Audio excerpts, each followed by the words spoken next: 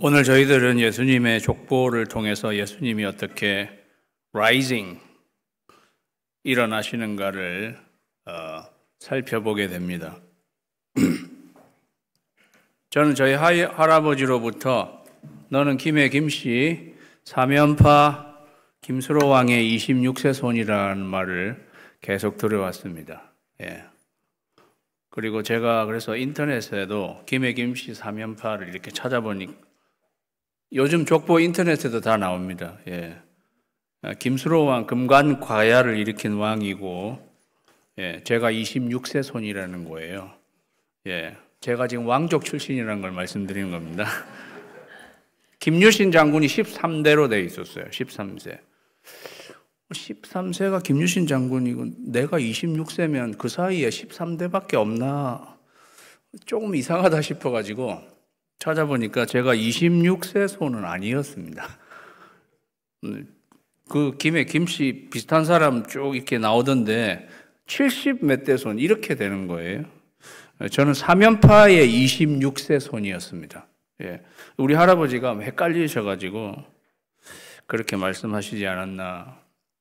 여러분도 여러분의 가문 족보 인터넷에 다 나와 쳐보십시오. 어디 무슨 시 쳐서 이제 인터넷에 안 나오면은 이제 여러분은 족보가 없는 이제 그런.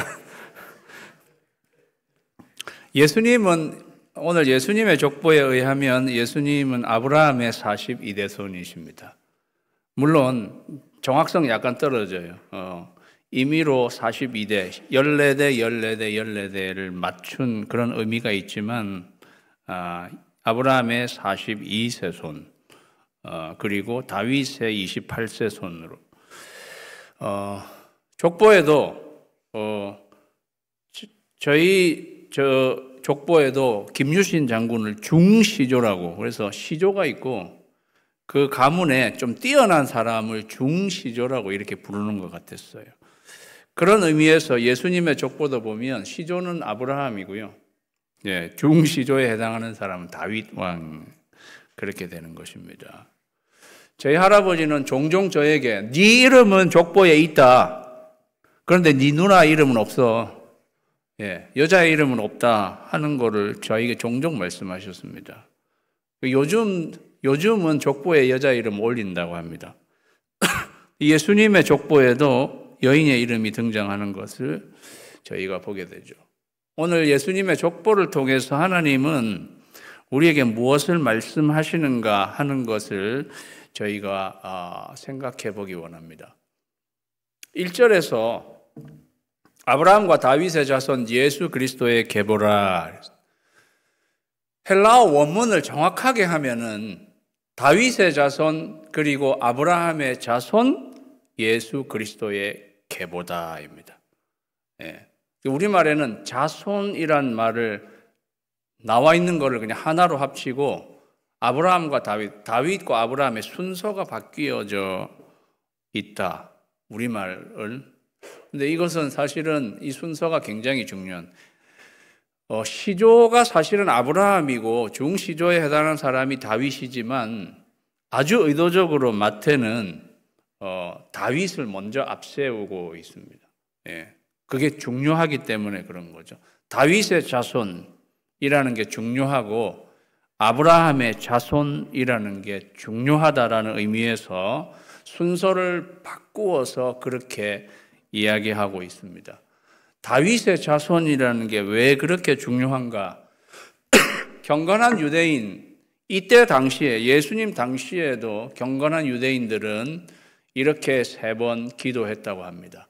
다윗의 줄기를 속히 일으키소서, 그의 구원의 뿔을 속히 드소서, 우리가 종일 구원을 기다리나이다. 다윗의 줄기는 다윗의 자손을 말하는 것입니다. 그리고 그 다윗의 자손은 새로운 다윗의 왕국을 일으킬 분으로 그들이 생각하고 이렇게 기도하는 거죠. 우리가 종일 구원을 기다리나이다. 그들의 표현으로는 구원은 예수와입니다. 그들의 표현으로 우리가 종일 예수와를 기다립니다. 사실 그들은 그렇게 기도했다는 것이죠. 그만큼 이스라엘 백성들은 예수님 당시에도 다윗의 자손을 기다리고 있었습니다. 예. 왜 그렇게 다윗의 자손을 기다리게 되었는가? 하나님이 다윗에게 이러한 약속을 하셨기 때문입니다. 네 수완이 차서 내 조상들과 함께 누울 때에 내가 내 몸에서 날 내 씨, 씨가 후손이잖아요. 자손. 내 몸에서 날 내 씨를 내 뒤에 세워 그의 나라를 견고하게 하리라. 여기 그의 나라가 나옵니다. 다윗의 후손으로 올 자, 그의 나라, 우리가 생각하는 그리스도의 나라를 내가 견고하게 하리라. 나는 그의 나라 왕위를 영원히 견고하게 하리라. 다윗이 처음 들었을 때는 자기의 몸에서 날 씨 솔로몬을 생각했을지 모르겠습니다. 그런데 시간이 지나고 나니까 솔로몬 왕 이후로 그의 나라가 영원히 견고하지 않았습니다. 그래서 사람들은 장차 다윗의 자손으로 오실 그 분이 바로 하나님이 약속하신 이 하나님, 이 너의 씨에 해당되는 것이구나라고 생각하게 되었습니다. 그리고 그 새롭게 하나님께서 다윗의 자손을 통해서 일어나게 될 그 나라를 하나님이 견고하게 하실 것이구나. 그래서 많은 예수님 시대의 유대인들은 어서 다윗의 줄기를 일으켜 주십시오. 그분이 오셔서 새로운 하나님의 나라를 일으켜 주십시오. 이렇게 기도했던 것입니다. 그래서 우리는 이 족보를 통해서 우리가 첫 번째 생각할 수 있는 말씀 다 같이 읽겠습니다. 시작. 다윗의 자손은 새로운 나라를 일으키시는 분이시다. 새로운 나라를 일으키시는 분이시다는 거죠. 사랑하는 여러분, 저는 나라 안에는 나가 있다고 생각합니다. 맞죠? 나라 안에는 나가 있다. 예수님은 새로운 나라를 일으키시는 분이시고 새로운 나를 일으키시는 분이십니다. 우리 개인도 나라예요. 우리 개인도 나라라. 요한계시록에는 하나님은 우리를 그의 나라와 제사장으로 삼으셨다. 우리가 나라이고요. 우리 개인도 나라입니다. 나라고 하는 이 안에 이게 나라라는 거죠. 이 안에 얼마나 많은 씨리들이 있는지 몰라요. 우리 안에 서울도 있고 우리 안에 충청도도 있고 우리 안에 경상도도 있고 나 한 사람 안에 많이 들어있어요. 나라예요. 하나님은, 예수님은 새로운 나를 일으키시는 분이십니다. 그런즉 누구든지 그리스도 안에 있으면 새로운 피조물이라 이전 것은 지나갔으니 보라 새 것이 되었도다. 누구든지 그리스도 안에 있으면 새로운 피조물, 그리스도는 새로운 나를 일으키시는 분이시다는 거죠. 이게 다윗의 자손 예수 그리스도 안에 담겨 있는 굉장히 강력한 메시지. 그리고 아브라함의 자손이라고 그랬어요. 아브라함에게 하나님이 약속하신 것은 내 씨로 말미암아 천하 만민이 복을 받으리라 그랬어요. 너의 씨, 아브라함의 씨, 아브라함의 자손이죠. 이 말씀 역시 아브라함의 바로 그 다음 아들은 이삭이었습니다. 그러나 이삭만을 통해 천하 만민이 복을 받은 것은 아니었어요. 그러니까 결국은 이 씨가 무엇을 말하는 것입니까? 바울은 이 씨, 자손이란 이거 단수다. 그리고 그분은 바로 예수 그리스도다. 결국은 아브라함의 자손으로 말미암아 천하 만민이 복을 받고 그분은 천하 만국의 왕으로 오시는 분, 그렇게 해서 새로운 나라를 일으키시는 메시아 그리스도다 하는 것을 1절이 강력하게 우리에게 말씀하고 있다는 것입니다. 그 다음에 족보가 이제 아브라함이 이삭을 낳고 이삭은 야곱을 낳고 이렇게 해서 아브라함의 14대 이르기까지 족보 그룹이 이렇게 나온. 오늘 족보 그룹은요 사실 세 그룹으로 나누죠. 이 첫 번째 그룹은 아브라함에서 다윗 왕에 이르는 그러한 족보입니다. 이 족보에 몇 가지 특징이 있어요. 첫 번째 특징은 뭐냐 하면 제일 마지막에 가면 이새는 다윗 왕을 낳으니라 그랬어요. 그래서 아브라함이 실제로 아브라함은 누구를 향하고 있냐면 다윗 왕을 향하고 있다는 것을 알게 됩니다. 그리고 살펴볼 수 있는 것은 유일하게 유독 다윗에게는 왕이 붙어 있다는 사실이에요. 족보 모두를 살펴보세요. 왕이 붙은 사람은 다윗뿐이에요. 여기 야곱을 낳고 유다 다 무슨 칭호가 없잖아요. 다 누구 이름만 있다가 이새는 다윗을 낳으니라 이렇게 되어 있지 않고 다윗 왕을 낳으니라 이렇게 되어 있다. 그것은 다시 오실 메시아 그분은 다윗 왕과 같은 왕적인 존재다 하는 것을 우리에게 언급해주고 있는 것입니다. 그리고 이것이 아브라함부터 다윗까지의 14대로 되어 있습니다. 14대. 제일 마지막 구절에 있죠. 여기서 여기까지가 14대요. 여기까지가 14대요. 여기까지가 14대다. 예. 특별히 왕들 중에는 몇 사람이 빠져 있습니다. 임의로 몇 사람의 왕을 빼고 14대로 맞추어 놓고 있죠. 왜 그렇게 14대로 맞추고 있는가? 그것도 살펴보면 유대인들은 게마트리아라고 하는 이름의 알파벳을 숫자화해서 그렇게 특별한 의미를 부여하는 것을 게마트리아라고 합니다. 예. 다윗은 원래 히브리 발음으로 다비다입니다.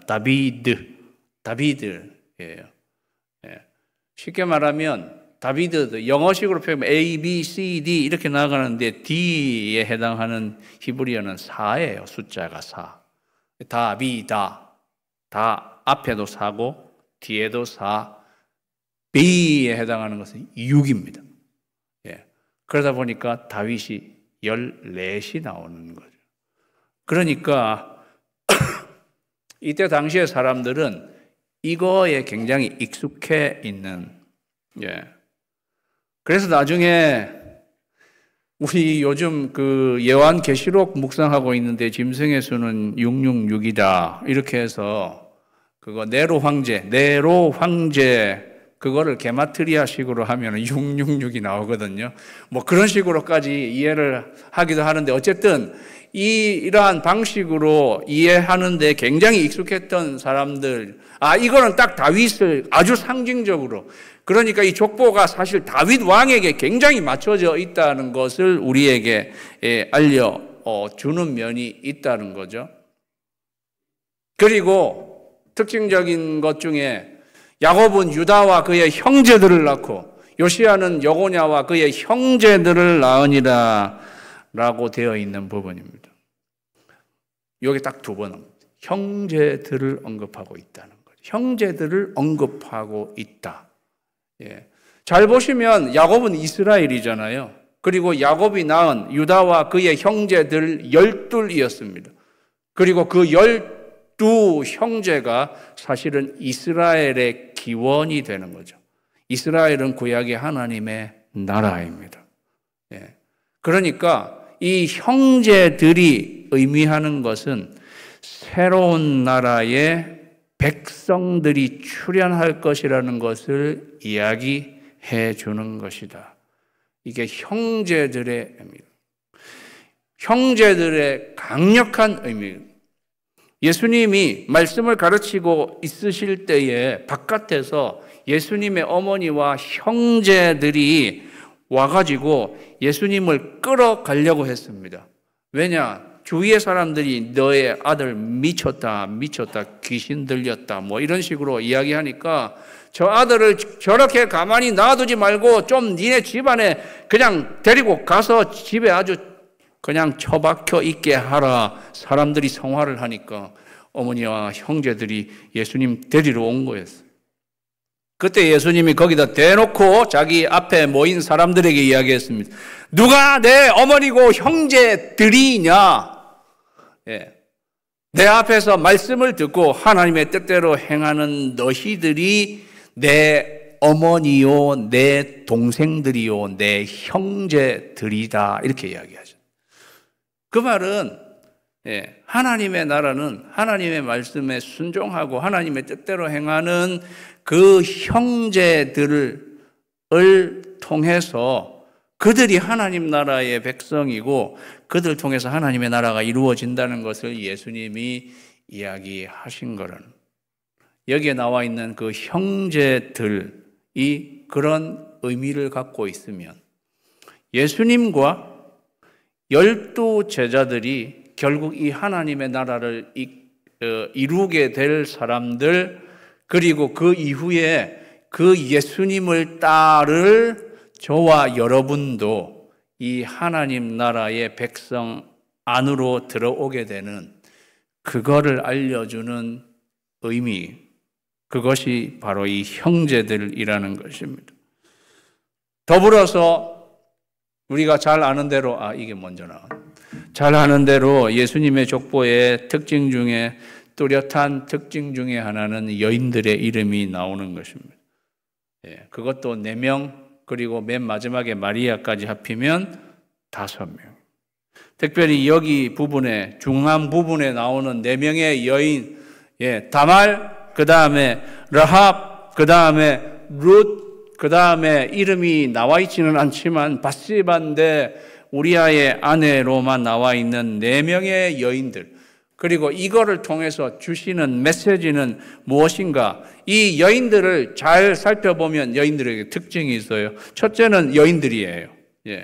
그 다음은 이방인들입니다. 다 이방인들. 그냥 유대인 여인이 아닌 이방 여인인 거라는 거죠. 다말은 가나안 여인이었습니다. 라합은 여리고의 여인이었습니다. 룻은 모압 여인이었습니다. 바세바는 조금 분명하지는 않지만 헷 사람의 아내였습니다. 다 이방인에 해당하는 사람들이라는 거죠. 그들의 또한 특징은 사연이 많은 사람들이라는 거죠. 사연이 많은 사람들이라는 거죠. 제가 무슨 말씀을 드리는지 아시겠죠? 저와 여러분 같다는 거예요. 사연이 범상치 않은 그러한 사연 많은 여인들. 노사연이 아니다. 사연이 많은 여인들이었죠.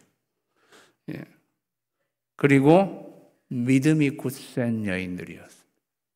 성경은 사실 이 여인들을 여러분을 생각할 때 사연 많다, 사실 조금 부정하다 이렇게 여러분이 생각하실지 모르겠는데요.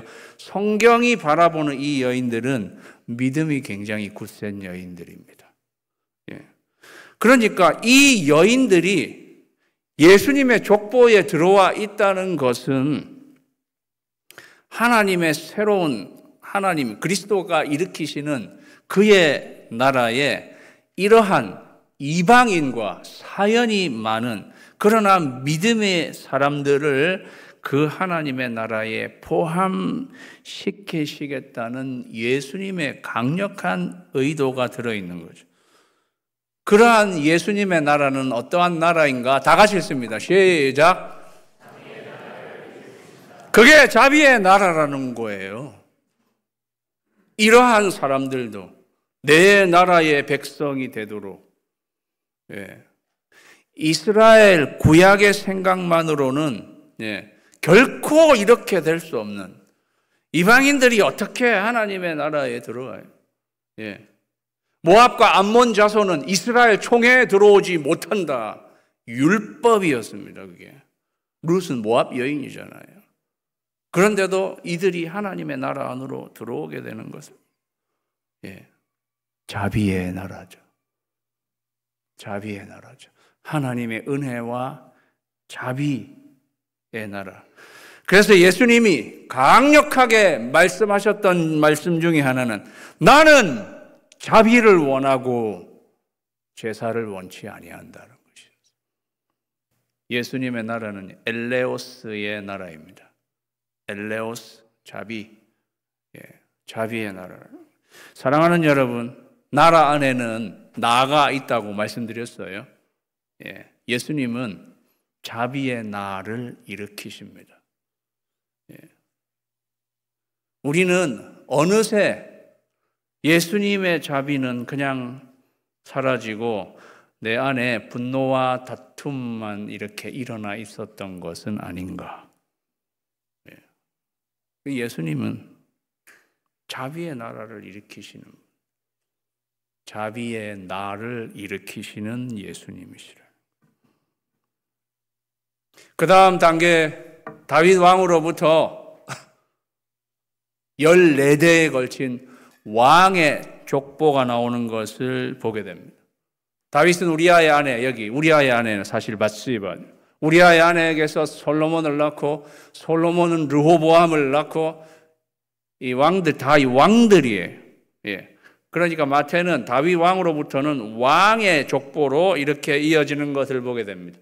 누가복음은 다릅니다. 누가복음은 다윗의 아들도 솔로몬으로 나오지 않고 나단이라는 왕이 아닌 그냥 평민으로 이 족보가 이렇게 이어지는 것을 보게 됩니다.